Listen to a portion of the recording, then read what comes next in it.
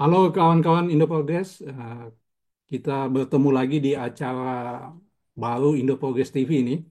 Ini acara yang saya pribadi sangat suka dan sangat ingin belajar, karena ini bukan hal yang familiar buat saya walaupun sering baca-baca gitu.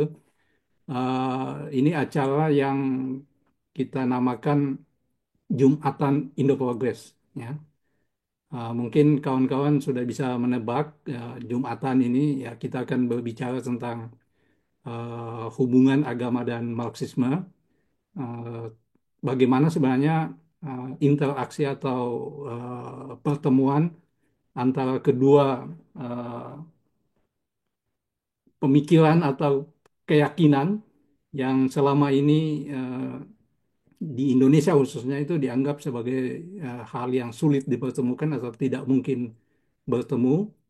Eh, dan tetapi di dalam sejarah kita tahu bahwa ada persinggungan-persinggungan di antara Marxisme dan agama, bukan hanya ketemu tapi bisa membangun kerjasama. Nah, untuk acara ini saya akan didampingi oleh dua orang yang secara khusus mendalami ilmu agama dan juga tentu saja Marxisme. Yang pertama adalah Gus Roy Murtado. Beliau adalah uh, pengasuh Pondok Pesantren Ekologi Miskat Al Anwar di Bogor. Benar ya, Gus ya? Ya, betul, Mas. Ya. Yang kedua adalah Pendeta Daniel Sohombing, dan sekarang ini juga sekaligus adalah dosen di uh, University of Divinity di Australia. Benar juga ya, Pak Pendeta ya? Iya, betul. Ya. Nah, di pertemuan pertama kali ini kita akan berbincang-bincang ringan tentang hubungan agama dan Marxisme. Sebenarnya ada yang bertanya hubungannya kayak apa sih? Baik-baik saja atau gimana selama ini? Hah? Ya, makasih Mas Kun. Ya. Hubungannya kadang baik, kadang nggak baik ya. Harus Hmm. diakui itu. Terutama dalam rentang episode pasca 65 di Indonesia. Saya pikir hubungan Islam dan Marxisme terutama ya. Dalam konteks agama di Indonesia ya Islam gitu. Itu nggak baik-baik saja. Karena Islam dan Marxisme dianggap inkompatibel. Bahkan dianggap menegasikan satu sama lain. Marxisme dianggap memusuhi agama dan nggak cocok agama dan Marxisme gitu. Tapi kalau kita lihat dalam rentang sejarah sebelum era kemerdekaan, terutama yang ditulis oleh Takeshi Shiraishi ya di zaman bergerak itu menunjukkan dengan sangat jelas ada fakta historis menunjukkan bahwa Islam dan Marxisme pernah beriringan, bahkan pernah diuji cobakan untuk didialogkan. Misalnya lewat Cokro Aminoto Islam dan Sosialisme, Misbah Islam dan Komunisme. Kalau di Malaysia ada Islam dan Sosialisme juga yang nulis Syed Hussein Alatas. Jadi menurut saya ya hubungannya kayak hujan kayak inilah musim hujan sama musim panas itu mas. Jadi kadang ketemu kadang nggak ketemu. Nah makanya itu saya pikir perlu dan selalu penting untuk terus digali.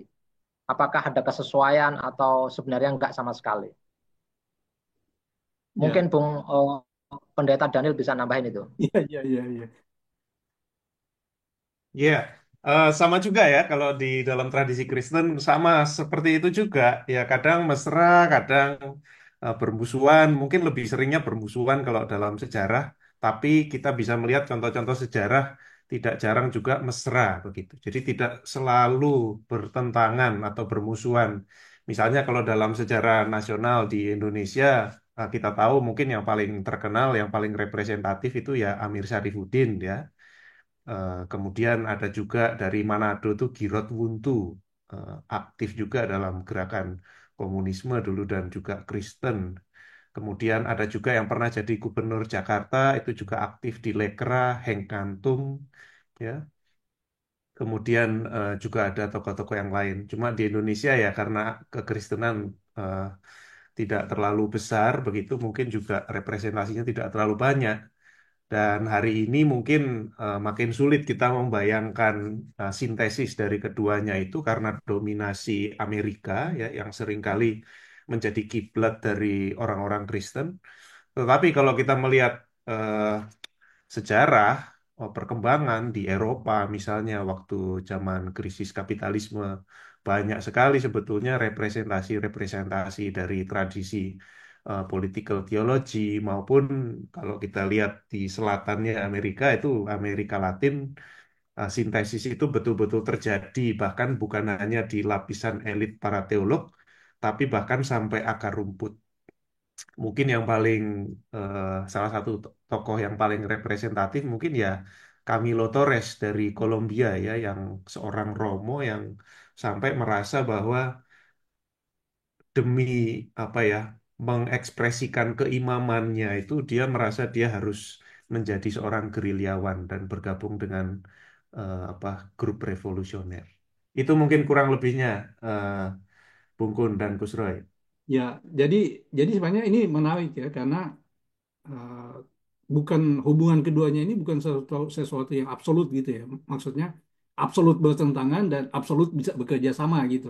Ya, ada satu peristiwa atau satu masa di mana keduanya bisa ketemu, tapi pada masa yang lain keduanya menjadi bertentangan. Nah, mungkin pertanyaannya adalah kalau gitu sebenarnya pandangan Marxisme terhadap agama sendiri seperti apa sih? Eh, Apakah memang sejak awal itu bermusuhan, memusuhi gitu, atau sebenarnya tidak seperti itu, tidak seperti yang dikatakanlah kalau menggunakan istilahnya Pak Pendeta tadi, wah ini karena Amerika mempropagandakan eh, apa kebencian terhadap Marxisme dari segala macam, termasuk dari aspek agama gitu, sehingga orang kemudian secara tidak sadar atau secara eh, alamiah gitu mengatakan bahwa Marxisme itu pasti eh, bertentangan dengan agama. Jadi gimana kira-kira pandangan dasar Marxisme terhadap agama?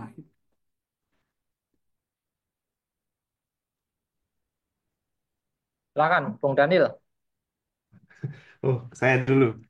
Ya, kalau kita melacak mungkin dari dedengkotnya ya, Marx dan Engels, kita bisa melihat dari Marx dan Engels pun agak berbeda sebetulnya, sedikit berbeda. Sebetulnya Marx dulu nyaris jadi apa akademisi di bidang agama ya, tapi nggak keterima dan ya ada diskusi juga seandainya dulu benar-benar jadi begitu, apa apa betul dia akan jadi Marx seperti yang kita kenal sekarang begitu. Eh, Mungkin diskusi-diskusi tentang agama lebih di awal-awal waktu Marx muda. Di Kapital sendiri meskipun nggak banyak tentang agama, dia ada persinggungan sedikit dan menunjukkan familiarity ya dengan eh, apa tradisi Judeo-Kristen khususnya. Nah, Engels ini yang lebih kelihatannya lebih tertarik dengan agama, ya.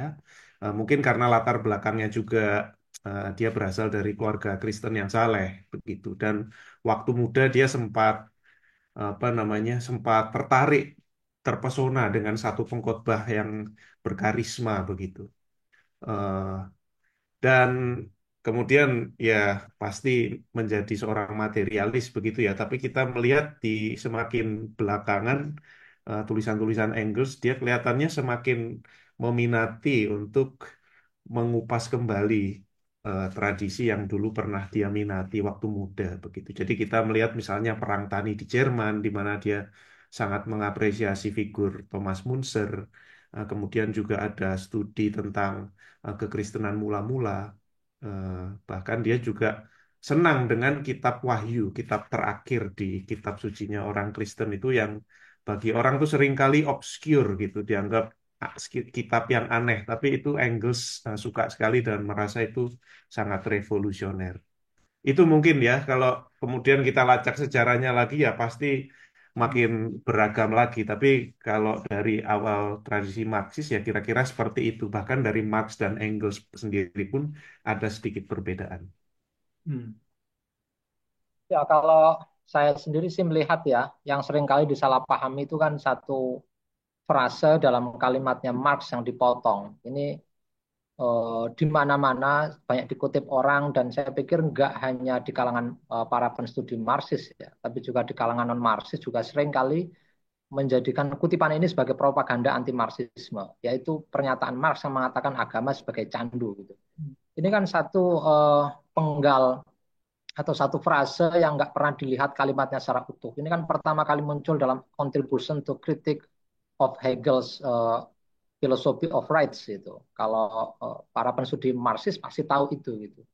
Di situ justru saya melihat Marx melihat agama itu tidak otomatis dia menjadi alat penghisapan. Bahkan pada aspek tertentu dia melihat bahwa agama itu ekspresi penderitaan, bahkan apa itu jerit tangis kaum papa lah kira-kira. Namun dalam episode tertentu agama emang secara ekonomi politik bisa dipakai menjadi alat bagi penghisapan. Itu artinya problemnya dia nggak melihat langsung otomatis agamanya bermasalah gitu. Tapi seringkali agama bisa dipakai karena dalam tradisi Marxis dia diletakkan sebagai suprastruktur ya, sebagai satu ideologi yang dalam konteks tertentu bisa jadikan alat bagi perjuangan, tapi juga dalam aspek yang lain bisa jadikan sebagai alat penghisapan. Ini kayak pisau gitu loh, tergantung siapa yang pakai menurut saya. Jadi kalau yang pakai emang untuk kebutuhan manipulatif, untuk melanggengkan status quo, untuk melanggengkan sistem apa itu yang timpang misalnya bisa saja itu. Nah, ketika dia mengkritik agama sebagai candu bagi orang-orang, bagi masyarakat, menurut saya itu justru satu satu peringatan penting jangan sampai agama itu benar-benar jadi candu. Candu itu juga nggak sepenuh-penuhnya, menurut saya nggak sepenuh-penuhnya mesti negatif ya. Tapi itu harus diletakkan bahwa candu itu nggak menyelesaikan masalah gitu.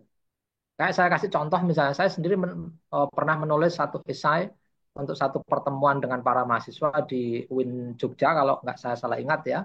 Saya mengkritik misalnya kecenderungan agama panggung hari ini. Agama panggung itu agama yang difestivalkan, misalnya bikin sholawatan, bikin pengajian-pengajian besar gitu, yang seringkali disponsori oleh para pemilik modal yang merusak lingkungan, yang merampas alam sekaligus menghisap kelas pekerja. Gitu. Nah itu kan menjadikan agama sebagai alat ideologis, sebagai kepentingan kelas tertentu. Nah itu yang harus menjadi peringatan penting bagi kita, gitu, mawas diri dalam beragama. Karena sejatinya kalau kita melihat sejarah Islam perdana ya, Islam di periode Rasulullah dan para sahabat itu jelas-jelas. Ini Tan Malaka ngomongin begitu, Haji Misbah, dan saya pikir para pemikir non-Marxis ya, seperti Hasan Hanafi yang sangat terkenal dengan Islam sebagai teologi pembebasan, Azhar Ali Engineer misalnya. Meskipun mereka nggak mendeklarasikan diri atau secara vulgar memakai analisis Marxian, mereka percaya bahwa agama itu pada dasarnya emang tugas profetiknya adalah untuk pembebasan. Nggak mungkin Rasulullah itu mendukung ketidakadilan. Bahkan prinsip-prinsip dasarnya itu sesuai dengan Marxisme hari ini. Gitu. Nah yang menjadi menarik menurut saya ini yang nggak pernah kita bahas secara terbuka. Gitu. Kalau dalam konteks ekonomi politik pedesaan di Indonesia misalnya dulu kalau kita baca riset aksi yang sangat ilmiah dan dipuji-puji banyak orang, itu dipimpin oleh PKI melalui BTI Barisan Tani Indonesia. Ini semua orang studi agraria pasti baca itu. Itu ribuan halaman hasil riset itu, turun lapang itu. Tapi kalau diekstrak, diperkecil itu kan jadi tulisan Aidit itu ya, tulisan politik dia itu. Kaum tani mengganyang 7 setan desa. Itu kan satu pandangan ilmiah sebenarnya. Dan nggak pernah spesifik sejauh yang saya baca. Dan saya cukup teliti soal ini, bisa dipertanggungjawabkan. Saya cek kata per kata, itu nggak ada satu serangan terhadap agama. Yang dikritik adalah tendensi beragama.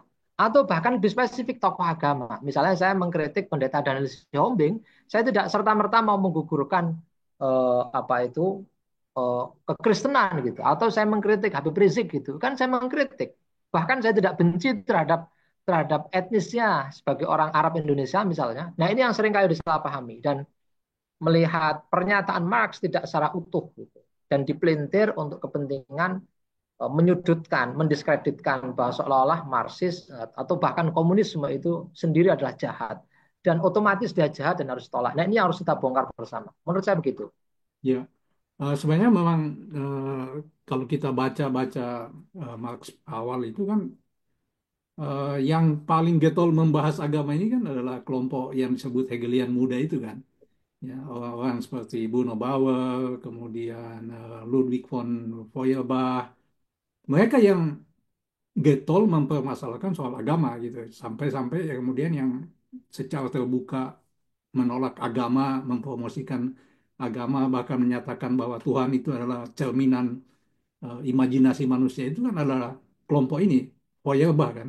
Marx sebenarnya tidak banyak berbicara soal ini, tentang tentang teologi ya. Marx nggak bicara soal teologi, tapi dia menempatkan agama di dalam konteks struktur sosial masyarakat pada saat itu, ketika dia mulai melihat bahwa persoalan ini bukan persoalan agama, tapi ini persoalan politik gitu ya.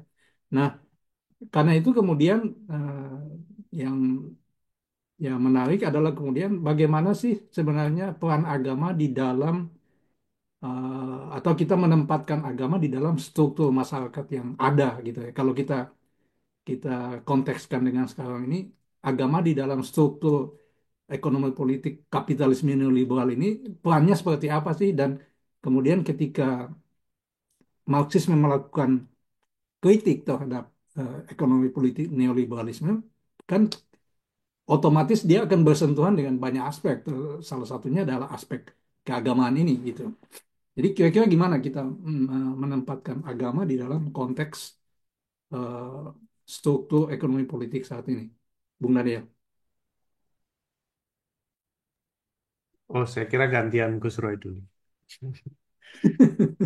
Ya, Oke dulu. Enggak, oh Bung ya, Daniel dulu gantian silakan. Gus Roy dulu, Gus Roy dulu. Ya, ya, ya, ya, ya. Ya, oke. Kalau saya sih sederhana ya. Tadi udah saya singgung sedikit bahwa kita mesti mengembalikan ruh agama, terutama dalam pengalaman Islam ya kita kembalikan seperti pengalaman Rasulullah waktu itu.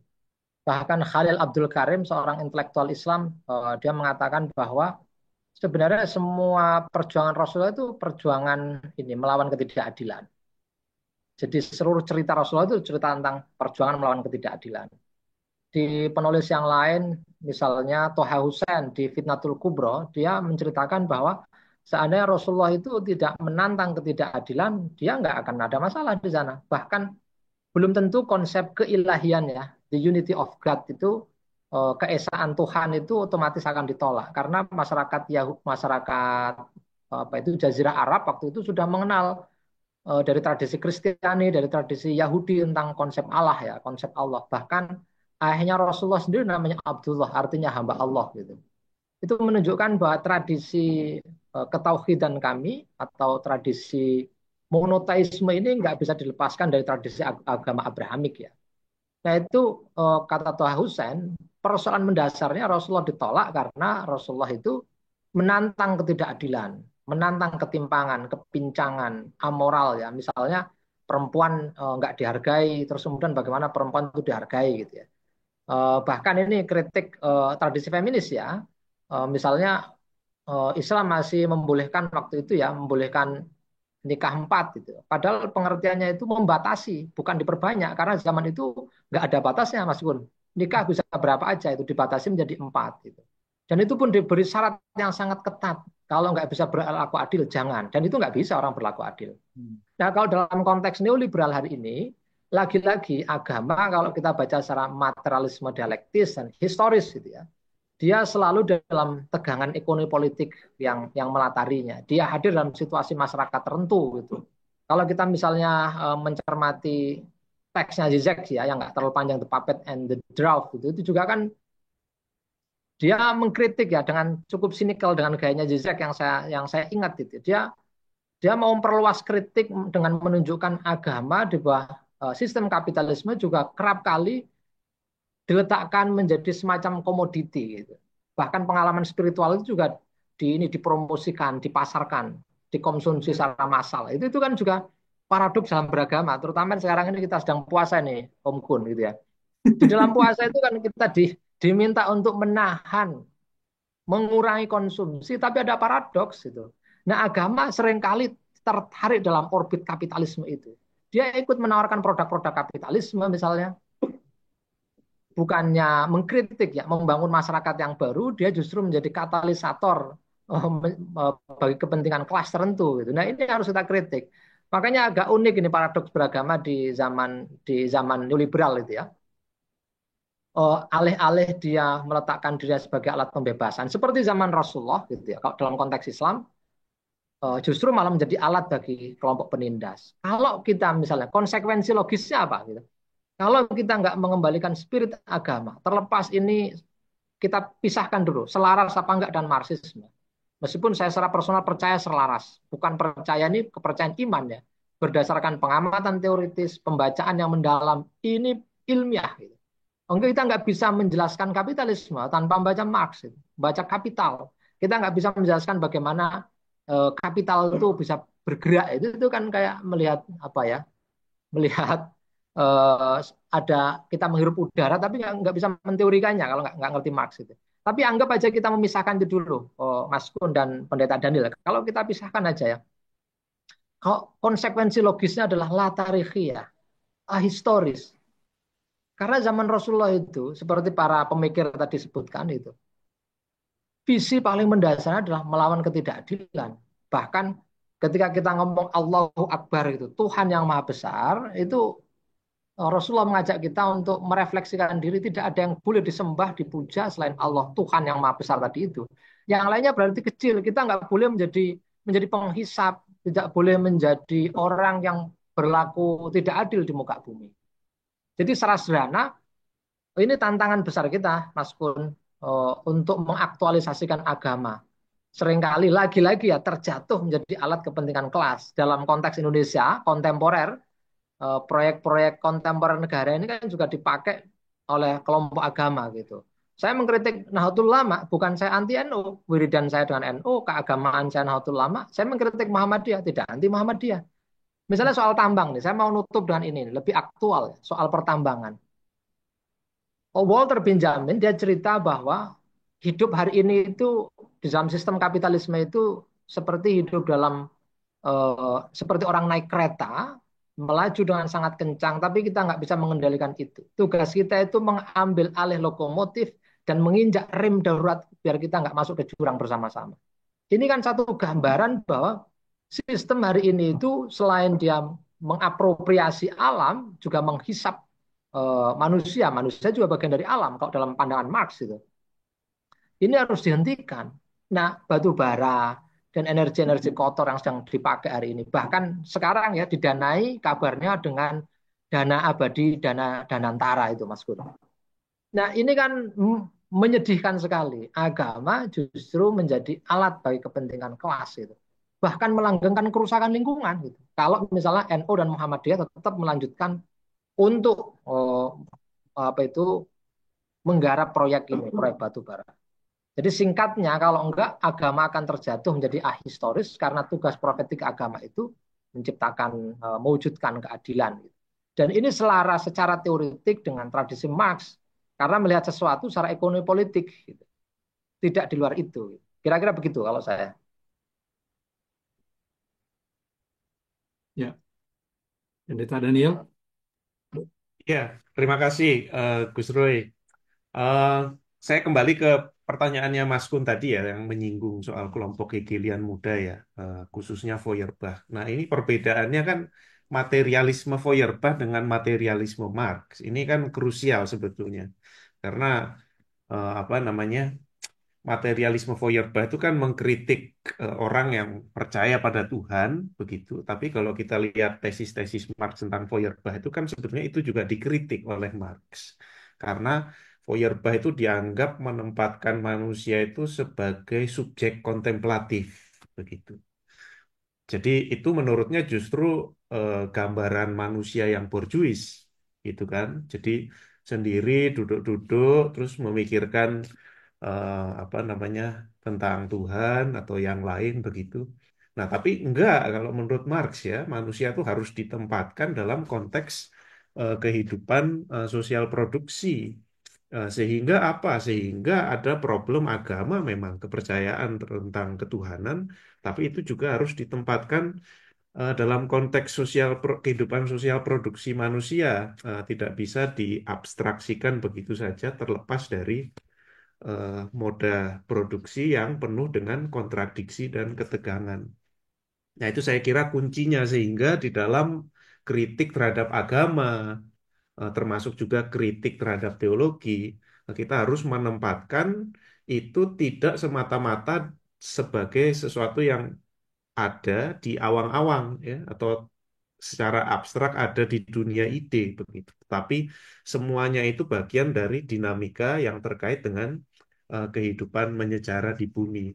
Itu saya penting kuncinya di situ ya. Dan kalau kita melihat tradisi misalnya teologi pembebasan di Amerika Latin, ini kebetulan nih contoh bukunya Wah, Juan Luis Segundo. Ini Romo Romo dari Uruguay. Ini dia menulis Liberation of Theology.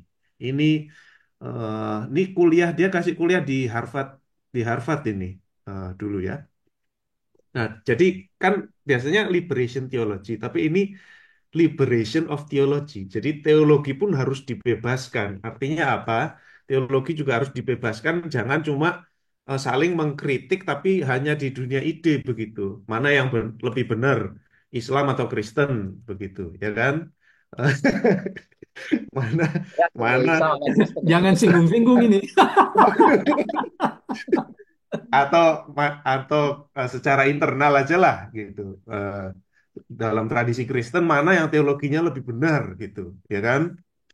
Saya yakin di tradisi Islam pasti ada begitu juga lah, begitu. Tapi kritik-kritik itu harus dihubungkan juga dengan kehidupan sosial produksi masyarakat.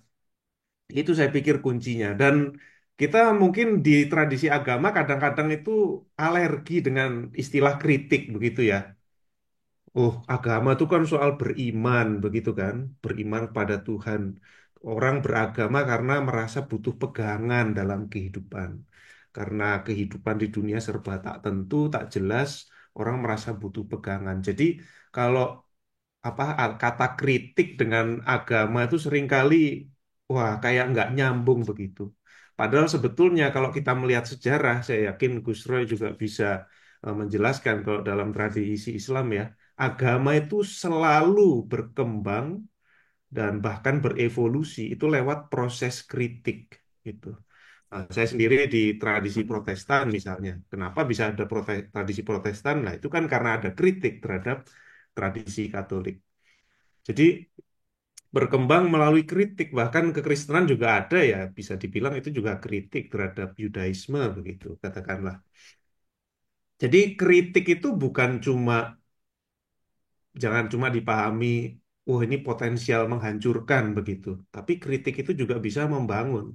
Dan kritik Marxis ini dalam konteks ini mungkin kita juga bisa anggap seperti Gus Roy katakan tadi, bisa membangun agama juga sebetulnya supaya nggak jadi candu begitu supaya bisa menjadi kekuatan yang transformatif di dalam masyarakat.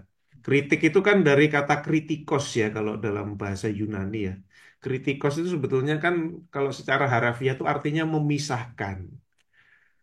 Nah, memisahkan ini kan juga bisa berarti kita tuh memisahkan mana ini elemen-elemen atau arus-arus dalam tradisi keagamaan kita yang memang kurang baik dan menguatkan arus-arus atau elemen-elemen dalam tradisi kita yang mungkin lebih baik begitu atau transformatif sifatnya. Itu dari saya mungkin. Ya, nah, Tambahin dikit maksudnya. ya, ya, ya, Saya silakan. nambahin dikit dari Bung Daniel yang terakhir tadi soal kritik itu menarik itu. Saya juga setuju ya dalam tradisi Islam. Di Al-Quran sendiri emang dikatakan Allah itu meyakinkan ya bahwa kitab ini tidak ada keraguan di dalamnya. Dzalikal kitabul la raiba fih hudan lil muttaqin. Jadi petunjuk bagi orang yang bertakwa ya. Nah, ini nyatanya ya tadi seperti kata Bung Daniel dalam banyak tradisi gitu, terutama di sejarah Islam sendiri itu agama itu lahir dari perdebatan itu. Bahkan kita itu memperdebatkan atas tafsir terus begitu itu. Jadi satu teks itu bisa diperdebatkan menjadi sangat panjang dan sangat kaya. Kalau dalam tradisi Islam itu ada namanya syarah ya, mensyarahi. Terus juga nanti diperdebatkan lagi, ada yang membela lagi, terus begitu. Padahal di Quran itu bilang tentang Al-Quran sendiri ya, Allah itu mengatakan dzalikal kitab la raiba fih hudalil mutakin. Kamu percaya aja deh gitu. Kira-kira lah gitu mau ngomong begitu gitu. Nggak usah diragukan kitab ini. Tapi tetap saja agama itu lahir dari perdebatan. Ya, nah mungkin aku kembali ke hal yang agak prinsipil ya dalam hubungan eh, Marxisme dengan agama ini. Ya, ini soal eh, cara berpikir atau metodologi berpikir gitu ya. banyak yang mengatakan kenapa Marxisme dan agama ini tidak bisa ketemu, itu salah satunya karena dia bertolak dari cara berpikir yang berbeda. Marxisme dari materialisme dan agama dari idealisme gitu. Nah, ini mungkin bukan sebuah tuduhan yang tidak tidak tidak rasional ya atau sebuah tuduhan yang main-main gitu, tapi ini sebuah pernyataan yang serius. Nah, kira-kira kalian berdua bagaimana menjelaskan soal pernyataan bahwa memang nggak bisa ketemu, memang memang ini berbeda gitu. Nah, aku kan sebagai orang yang tidak mendalami studi agama bisa bilang ya memang berbeda tapi masa nggak bisa ketemu kan gitu kan. Tapi eh, dari kalian berdua gimana ini?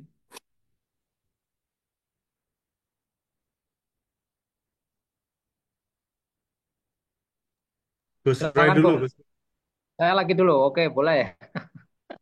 Ya, eh, ini memang problem ontologis ya, saya kira ya. Problem ontologis yang seringkali memang orang nggak memperkarakan itu atau nggak membicarakan itu. Jujur saja, saya justru dapat insight-nya itu dari tradisi Kristiani ya, teologi pembebasan. Memang ada dikotomi atau diferensiasi ontologis soal apa itu idealisme dan materialisme yang nggak bisa ditemukan. Satu membayangkan bahwa hakikat segala sesuatu itu berangkat dari yang material, yang dinamis, yang berdialektika, yang historical gitu ya. Di sisi yang lain membayangkan bahwa ada yang mengkreasikan gitu, ada yang membuat gitu, yang dia nggak kelihatan, yang di seberang dunia kita hari ini. Tapi ada satu pengalaman keberagamaan yang saya baca. Nanti Bung Daniel bisa mengoreksi ya. Saya cukup lama baca ini tapi mungkin juga salah gitu. Saya membaca dalam tradisi teologi pembebasan di Gustavo Gutierrez gitu. Bagaimanapun sebelum kita bercakap-cakap dengan Allah, itu selalu bercakap-cakap dengan kehidupan hari ini yang material. Bahkan ketika kita berdoa kepada Allah dalam tradisi Islam itu, semua doa yang panjang itu pasti penutupnya Robbana atina fid dunya hasanah wa fil akhirati hasanah wa qina adzabannar. Itu kan permintaan kita selamat ya, baik Robbana atina fid dunya hasanah, di dunia baik, wa fil akhirati dan di akhirat juga hasanah gitu. Itu menunjukkan bahwa sebelum kita mengadu kepada Allah, kita kita pasti punya apa itu punya beban atau punya pengalaman yang bersifat material di belakang kita.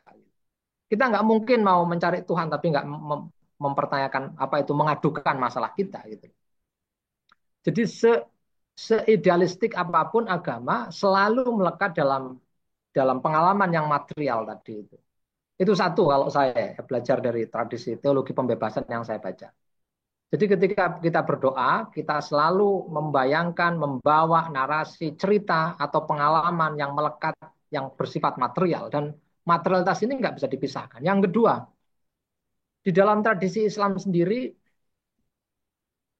Quran itu kalau dibaca secara materialis dialektis ya, menurut saya itu dia ini memang dialektika yang saling silang ya, bahwa itu adalah pengalaman ilahiyah atau pewahyuan dari Allah kepada Muhammad.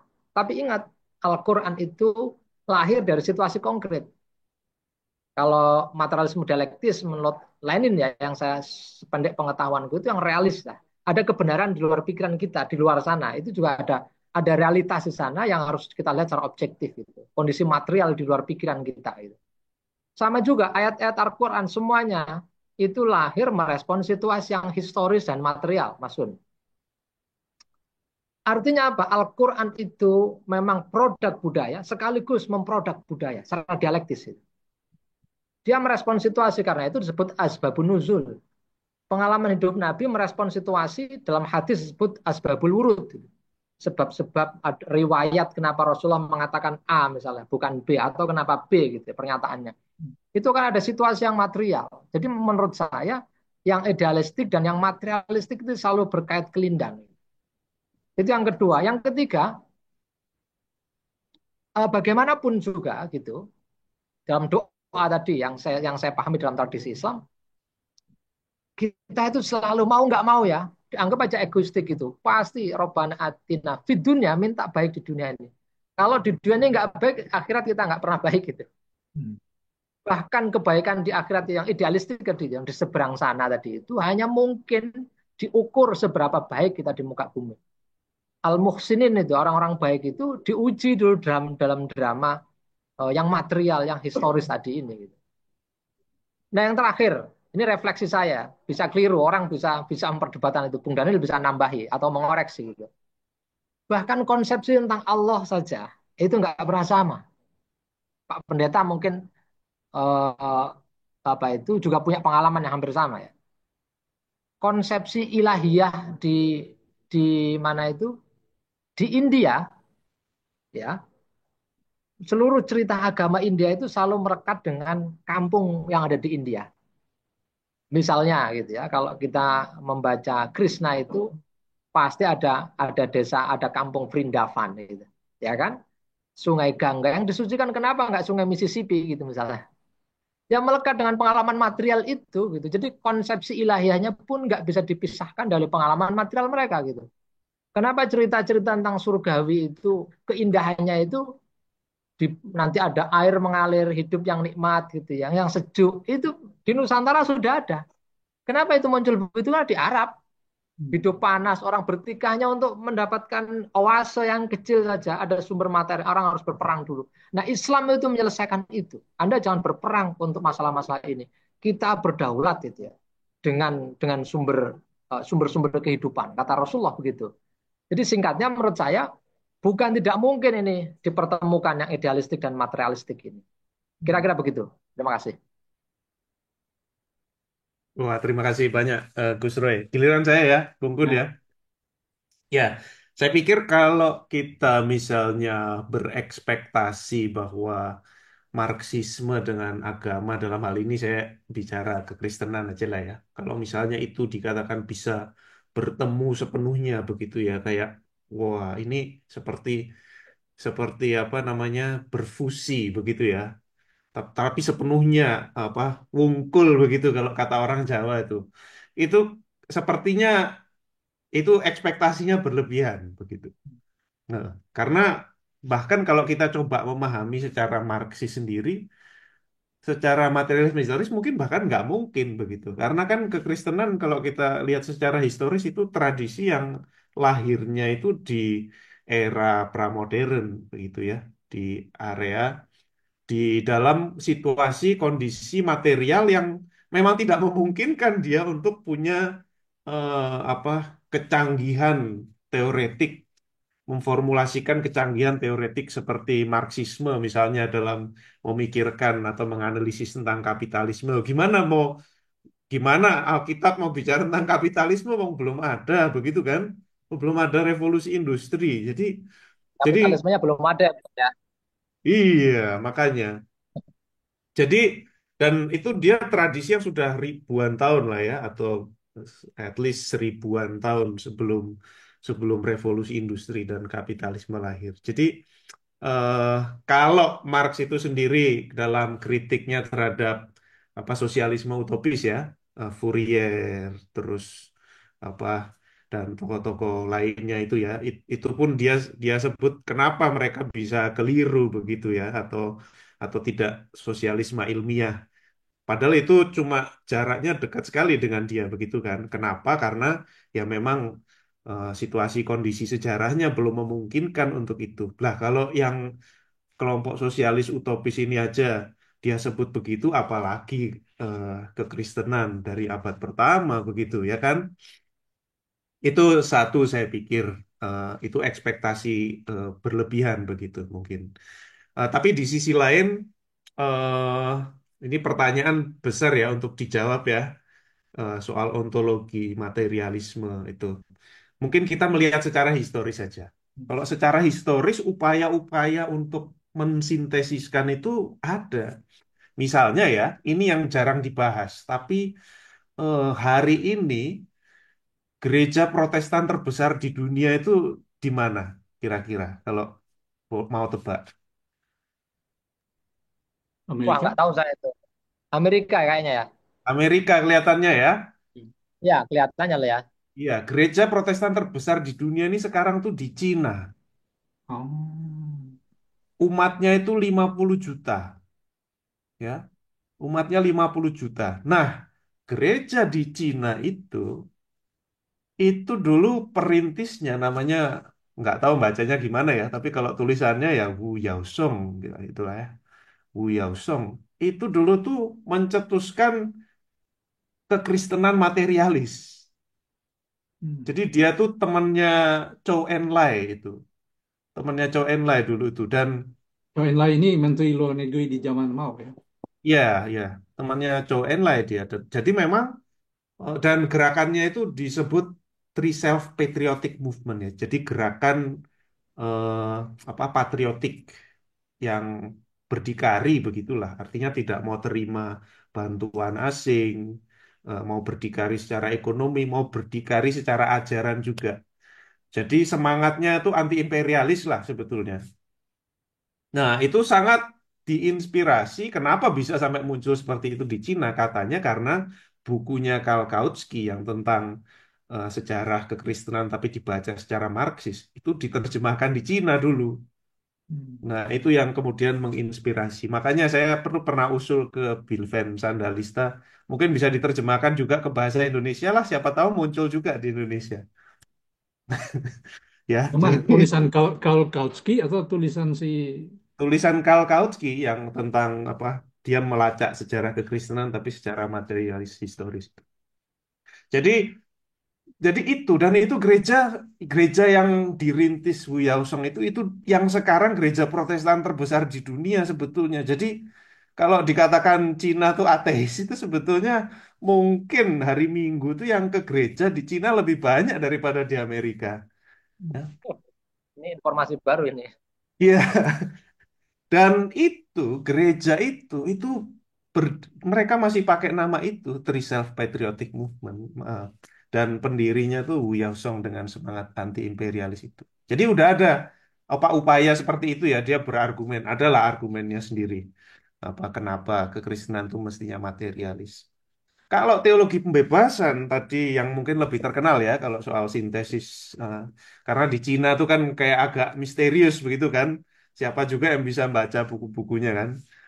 Tapi kalau di eh, Latin Amerika ya itu teologi pembebasan kalau Gutierrez dan juga kawan-kawan mereka itu saya pikir juga tidak seambisius kekristenan ini materialis atau apa begitu ya. Tapi mereka itu mulai dengan praksis ya. Jadi kalau di Gutierrez itu dia sebut teologi itu supaya nggak apa abstraksi melulu begitu ya. Itu dia mengatakan mengusulkan teologi itu the second step.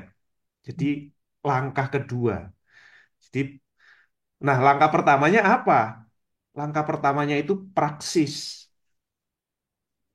Jadi dia teologi pembebasan itu alih-alih berteori soal teologi, ini loh Tuhan tuh mestinya seperti ini, ajaran itu mestinya seperti ini ya. Mereka itu sebetulnya lebih merupakan undangan untuk bergabung di dalam praksis pembebasan, ya. Nah, baru setelah terlibat dalam praksis pembebasan, diajak untuk berefleksi secara teologis. Ya. Dengan asumsi bahwa kalau sudah nyemplung, sudah terlibat, ya pasti udah ditransformasi dulu pikirannya. Nah, saya pikir ini juga ada aspek materialisnya sebetulnya, ya kan? Jadi kan apa memang harus ya harus praksis dulu baru. Jadi teori itu nggak bisa dilepaskan dari berteori itu nggak bisa dilepaskan dari praksis. Eh, itu kalau dari tradisi teologi pembahasan. Jadi upaya-upaya itu ada dan ini ada contohnya juga. Nah, ini teolog Argentina ini ya. Nah, kalau ini tuh dia ceramah di London tahun tahun 70-an. Jadi berargumen tentang kekristenan dan Marxisme. Nah, kalau di sini Bonino dia malah mengkritik bahwa upaya berteori terlebih dahulu kekristenan dan Marxisme ini eh, seperti apa secara filosofis itu malah dia berargumen di ceramahnya ini itu kerjaannya orang Eropa ya hmm. karena kita di Amerika Latin itu ya pertama-tama kita nyemplung dulu begitu, ya. Dan sintesis itu entah diteorikannya seperti apa, itu sudah terjadi bahkan sampai di level akar rumput. Itu sih eh, mungkin dari saya. Terima kasih. Ya, eh, sebenarnya sangat sangat menarik sekali ya penjelasan kalian berdua ini. Eh, Kalau kita lihat tulisan-tulisan Marx, Engels, bahkan Lenin misalnya ya, itu tulisan tentang agama itu 0,01% aja dari tulisan mereka ya. Jadi kalau misalnya koleksi bukunya Marx dan tulisannya Marx Engels itu bisa bisa 100 meter panjangnya itu ya 0,01% aja itu tulisan tentang agama. Lenin juga kan juga begitu ya. Bukan berarti mereka nggak peduli dengan agama, tetapi buat buat mereka yang terpenting ini adalah sebenarnya eh, ini masalah apa sih sebenarnya yang membuat manusia ini menderita gitu. Ini yang hendak mereka jawab.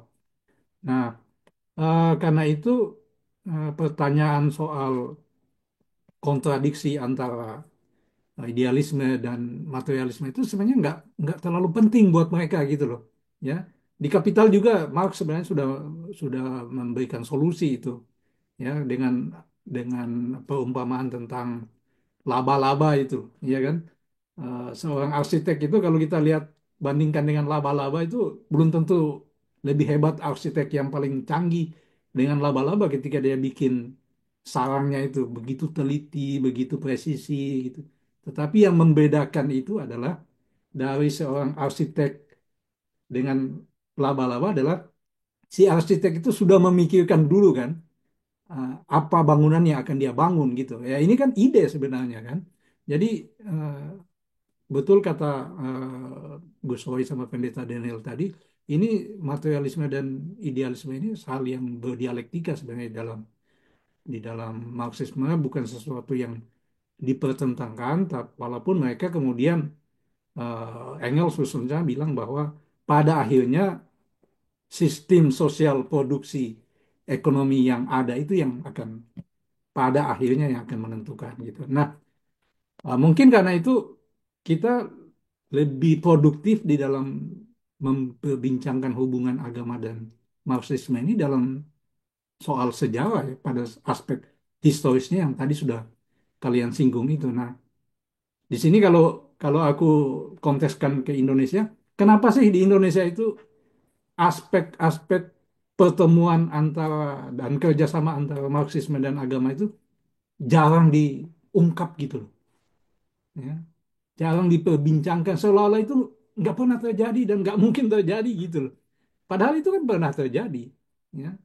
Bahkan Haji Omar Said Tjoko Aminoto itu kan adalah pada masanya adalah pemimpin organisasi massa Islam terbesar kan, Syarikat Islam gitu. Dan dia orang yang juga membahas soal ini, menulis soal ini. Tapi sekarang itu kok kayak nggak diperbincangkan, nggak diangkat, nggak apa dianggap itu sesuatu yang tidak pernah terjadi. Nah itu kira-kira kenapa di Indonesia itu sekarang hubungan antara keduanya ini seolah-olah itu udah absolut nggak bisa ketemu, absolut bermusuhan, absolut bertentangan gitu. Itu gimana? Ya agendanya para pemilik modal lah itu. Pasti agenda agenda kelompok tertentu yang nggak menghendaki atau nggak mau tahu dengan pengalaman historis yang ada bahwa sebenarnya Marxisme dan agama itu nggak nggak tadi total gitu ya. Oh, apa itu otomatis sama atau otomatis berbeda? Pasti bermusuhan gitu. Ya, mereka kan maunya ada dikotomi itu. Minna wa minhum itu. Kita yang benar, Marxisme salah. Selalu begitulah kira-kira ya. Jadi saya melihatnya pasti ada kepentingan untuk selalu mempropagandakan bahwa Marxisme itu salah secara moral, secara politik gitu. Dan selalu diulang-ulang itu direproduksi. Yang kedua, saya setuju dengan Pendeta Daniel tadi bahwa sebenarnya di tradisi Marx sendiri itu kalau saya baca Roy Bhaskar itu memang materialisme Marx itu yang paling penting itu materialisme yang praksis gitu. Nah, praksisnya ini yang nggak pernah juga kita lihat gitu ya, baik dalam praktek berorganisasi, dalam berpolitik gitu ya. Terutama misalnya kalau kita refleksikan dalam kekalahan-kekalahan gerakan progresif gitu ya, karena nggak melihat situasi yang konkret tadi itu dan menyelami kehidupan eh, yang diselami oleh rakyat. Makanya kita sangat berjarak. Nah, kembali ke pertanyaan Mas Kun tadi itu, saya pikir perlu sekali untuk diunggah baik dalam level teoritik, level gerakan, terus diperbincangkan untuk dilawan lah ya narasi-narasi tadi itu. Dan benar kata Mas Kun, Marx sendiri itu sebenarnya sama Engels dan maupun tradisi Marxian yang panjang itu tidak terlalu banyak yang bahkan fokus utamanya bukan bahas agama gitu. Fokus utama bukan mau musuh agama gitu. Nah, ini yang harus kita unggah, kita sampaikan kembali. Nah, terutama dalam konteks yang kita hadapi hari ini, konteks neoliberalisme, wajah dari sistem kapitalisme, ini menjadi sangat penting. Misalnya begini, tradisi neoliberalisme itu yang sependek yang saya tahu itu kan tradisi kepengaturan ya, tradisi governance itu. Kita disebut good governance kalau itu semua komponen yang terlibat ya, masyarakat sipil, market, dan state ya, itu bisa saling berkolaborasi. Nah ini juga lagi-lagi agama bisa terkecoh. Beberapa kelompok dalam Islam misalnya menganggap bahwa ini selaras berarti dengan ide-ide Islam. Apa itu syura bainahum wasyawirhum fil amr? Syura bainahum itu artinya bermusyawarah kalian semuanya. Wasyawirhum fil amr, bermusyawarah dalam urusan kalian, kira-kira begitu. Nah, tapi musyawarahnya ini harus adil, harus partisipatoris. Nah, tata kelola neoliberal ini justru berlaku sebaliknya. Dia menggerogoti solidaritas sosial dengan modal sosial. Gitu. Negara hanya menjadi kepentingan dari atau kepanjangan dari kepentingan kelas penguasa. Nah, kritisisme dalam beragama ini yang praksis tadi itu ya, itu menurut saya yang sangat penting gitu.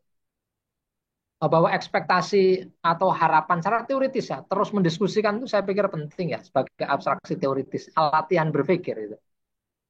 Tapi yang paling penting memang tindakan praksisnya tadi itu. Kita melihat situasi yang real, ada ketidakadilan, ada ketimpangan, ada pengisapan manusia atas manusia, ada penjarahan alam, dan ini udah total-totalan ini, gitu loh. Penjarahan ini nyaris total gitu, udah nyaris nggak masuk akal, karena peranata material hidup kita dilumpuhkan, dihancurkan. Syarat-syarat material kita untuk hidup kan dihancurkan. Nah itu yang saya pikir, saya sering mikir sedemikian pentingnya gitu, Mas Kun. Orang beragama harus sadar misalnya kalau sekarang itu sumber mata air sudah hilang, kalah dengan perusahaan-perusahaan perusahaan-perusahaan privat ya yang mengeruk hampir sebagian besar sumber-sumber mata air kita, mulai dari Danon dan yang kecil-kecil itu. Bahkan yang ironi, kelompok-kelompok agama di pesantren juga ada bikin air kemasan namanya basmalah gitu. Nah, padahal dalam Islam sendiri nggak boleh, itu marxis sekali itu, nggak boleh, harus dikelola secara kolektif gitu. Kata Rasulullah, umat Islam itu diperintahkan berdaulat atas 3 hal. Salah satunya al-ma'u, banyu atau air gitu. Nah, sementara air kita udah diprivatisasi habis-habisan, dan ini lagi-lagi agama ikut menormalisasi gitu loh. Yo, nggak apa-apa, kita itu banyak beli ya sudah biasa, inilah hidup gitu. Beli air galonan misalnya. Nah, itu nilai penting dari tradisi Marx, itu metode berpikirnya menurut saya untuk melihat masalah secara jernih gitu. Tradisi ekonomi politik gitu. Ada pertanyaan ekonomi politik yang harus kita ajarkan ke masyarakat. Nah, itu praksis dari beragama. Itu praktik bagaimana kita itu menurut saya ya menjadi orang Islam yang diharapkan Rasulullah, ta'muruna bil ma'ruf wa tanhauna 'anil munkar. Mengajak orang berbuat baik dan mencegah kemungkaran. Nah, caranya apa? Melalui marxisme gitu sebagai alat analisis. Pengorganisasiannya ya terlibat dengan masyarakat, menjadi bagian penting dari penderitaan rakyat, persis seperti pengalaman teologi pembebasan di Amerika Latin. Nah, sayangnya ya, ini penutup saya dari pertanyaan Mas Kun tadi itu, sayangnya Mas Kun, saya belum melihat baik dari tradisi Kristiani maupun tradisi Islam ini menjadi tendensi umum gitu loh. Ini masih sangat kecil, di kekristenan juga masih kecil, di Islam masih sangat kecil gitu. Dalam banyak pertemuan juga masih sering diomongin bahwa sendal hilang itu ada yang hilang, itu komunis loh yang salah, itu komunis sudah nggak ada, tetap PKI yang salah. PKI ini kok PKI suruh bertanggung jawab atas seluruh kerusakan di muka bumi itu. Sendal hilang di masjid itu yang nyuri juga orang Islam gitu. Nggak ada hubungan dengan PKI. Semua masalah ini PKI. Kemarin contoh aja ya, ini yang sedih sekali komen-komen di media sosial tuh. Itu ada sekarang laut aja dijarah itu. Ini jahat sekali, brutal sekali. Ini mirip dengan perilaku PKI. Yang PKI ini malah justru mau ngasih kalian tanah biar bisa ngelola tanah.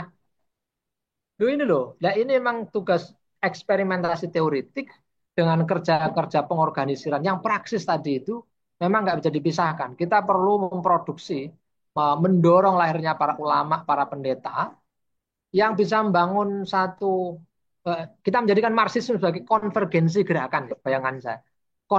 Konvergensi gerakan yang menyatukan kekristenan, kekatolikan, keislaman. Kita nggak cukup dengan dialog, kita butuh ini apa itu melawan secara bersama-sama. Nah, kalau sudah itu jalan, menurut saya propaganda dan reproduksi eh, jahat ya, reproduksi hitam Marxisme itu jahat, otomatis anti agama itu bisa dipatahkan. Saya kira begitu. Ya, Pendeta Daniel. Iya, kalau dari saya ya, ini kalau kita coba pahami secara analisis Marxis juga ya, perkembangan agama itu kan nggak bisa dilepaskan dari kesadaran sosial masyarakat dan kesadaran sosial masyarakat itu sangat tergantung juga selain dinamika dalam kehidupan sosial produksi, tapi juga dinamika perjuangan kelas begitu. Dan kita tahu sama-sama lah di Indonesia perkembangan kesadaran kelas itu juga sampai seberapa sudah berkembang. Sehingga ya mau tidak mau saya pikir itu mempengaruhi juga bagaimana perkembangan kesadaran di wilayah agama. Itu saya pikir sih yang pertama. Dan kemudian terkait itu juga kita perlu lihat juga ya bagaimana agama difungsikan di Indonesia sejak 1965 begitu, ya kan? Saya bukan sejarawan, tapi sejak kapan misalnya kita di KTP harus ada agama begitu. Itu kan eh, itu kan apa memunculkan kecurigaan juga mestinya bagaimana agama ini difungsikan atau dipakai selama puluhan tahun di Indonesia. Eh, yang mana ya kecurigaan itu salah satu adalah untuk membendung apa perjuangan kelas dari bawah begitu. Itu saya pikir yang pertama. Kemudian ketika kita sulit menemukan ekspresi-ekspresi keagamaan di wilayah-wilayah di mana kesadaran kelas itu bisa dibilang cukup rendah atau belum cukup berkembang, saya pikir itulah gunanya untuk belajar dari ekspresi keagamaan dari tradisi yang sama di berbagai wilayah yang lain di dunia atau di masa-masa yang lain begitu. Dan itu saya pikir kenapa penting untuk belajar tentang teologi pembebasan di Amerika Latin. Oh, ternyata pernah ada seperti ini, begitu ya. Kemudian di Cina, begitu. Oh, ternyata nggak tahu kan kalau gereja Protestan terbesar di dunia di Cina sebetulnya. Meskipun 50 juta itu ya nggak ada apa-apanya dibanding NU lah. Ya, Kusro ya. Ya sih, kalau klaim NU itu 35 juta, Bung Oh, Pendeta. gitu. Iya, Oh, kalau berarti klaimnya lebih ya besar ya. yang mengikuti NU. Tapi kalau umat Islamnya pasti jauh lebih besar kan, secara Iya, umum. iya. Tapi kalau yang mengikuti NU itu secara formalnya 30-an sekian juta. Masih Oh, kalah berarti dengan masih apa itu kalah ya Kristen di sama Cina. Kristen Cina ya. Waduh. Ya, Aku pikir yang terbesar Amerika karena di sini tiap sudut itu ada gereja. Iya, tapi nah bayangkan itu ya karena kita lihat juga Cina populasinya besar ya, artinya secara persentase ya itu cuma seberapa. Nah, tapi artinya kita bisa mengatakan gereja Protestan terbesar di dunia itu sekarang di Cina dan itu secara historis itu anti imperialis. Kemudian itu juga kalau di sekolah teologinya ya, kalau kita lihat ya, saya pernah cek websitenya. Ini tentu saja bacanya pakai Google Translate ya, tapi ya itu sebetulnya di eh, homepage-nya itu juga disebut itu soal hubungannya dengan Partai Komunis Cina. Jadi menarik juga itu untuk yang bisa bahasa Mandarin. Kalau saya nggak bisa, jadi nggak bisa menstudi di area itu. Kemudian kita lihat misalnya yang dekat dengan kita, begitu ya, di Filipina. Nah, Filipina itu ada yang namanya CNL, Christians for National Liberation. Itu versi teologi pembebasannya Amerika Latin, tapi yang dekat tetangga dengan kita. Dan kalau ya Amerika Latin tuh mereka namanya Liberation Theology, kalau di Filipina tuh mereka pakai namanya Theology of Struggle, ya, teologi perjuangan, karena katanya pembebasan tuh masih jauh di depan. Kita sekarang tuh di masanya berjuang, jadi banyak pengaruh Maoisme di situ. Jadi protracted war. Jadi konsep protracted war-nya Mao tuh mempengaruhi formulasi menjadi uh, theology of struggle. Kita ini masih masih bergerilya lah begitu. Itu banyak gerilyawan muncul dari organisasi itu. Kemudian di Indonesia sendiri, kalau tadi saya sebut Giroud Wuntu, Amir Syarifuddin, Henk Ngantung ya, mungkin perlu juga untuk mengupas Puji Tarigan. Itu seorang pelukis lekra. Dia menulis tentang Yesus itu digantung, tapi di bawahnya itu banyak orang-orang dibantai tahun 1965. Itu dia pelukis lekra itu. Itu Kristen juga. Kemudian ada juga Karel Supit ya, pernah anggota CCPKI ya. Kemudian ada juga Thomas Najoan di Minahasa juga. Terus kemudian yang penting saya pikir ya, satu lagi ada Subronto Kusumo Atmojo. Nah itu kalau dari gereja-gereja Protestan tradisional di Indonesia, itu lagu-lagunya tuh banyak dinyanyikan di gereja. Tapi dia tuh sebetulnya dulu yang menulis juga lagu eh, Nasakom Bersatu. Ya. Dia menulis, menggubah lagu Nasakom Bersatu. Dia belajar musiknya di Jerman Timur juga. Dan juga di penjara di zaman Orde Baru. Kemudian saya pikir penting sekali juga di zaman sebelum 65, ada seorang pendeta dari gereja GPIB. Gereja GPIB itu gereja Protestan anulah ya, apa mainline lah di Indonesia begitu ya. Ini pendeta ini namanya Ekjopas Ukstol Seja, ya. Dia tuh dulu tuh sempat menjadi anggota Dewan Konstituante waktu Dewan itu ada. Nah, kira-kira mewakili partai apa? PKI. PKI betul. Jadi ada pendeta GPIB yang pernah menjadi anggota Dewan Konstituante mewakili PKI.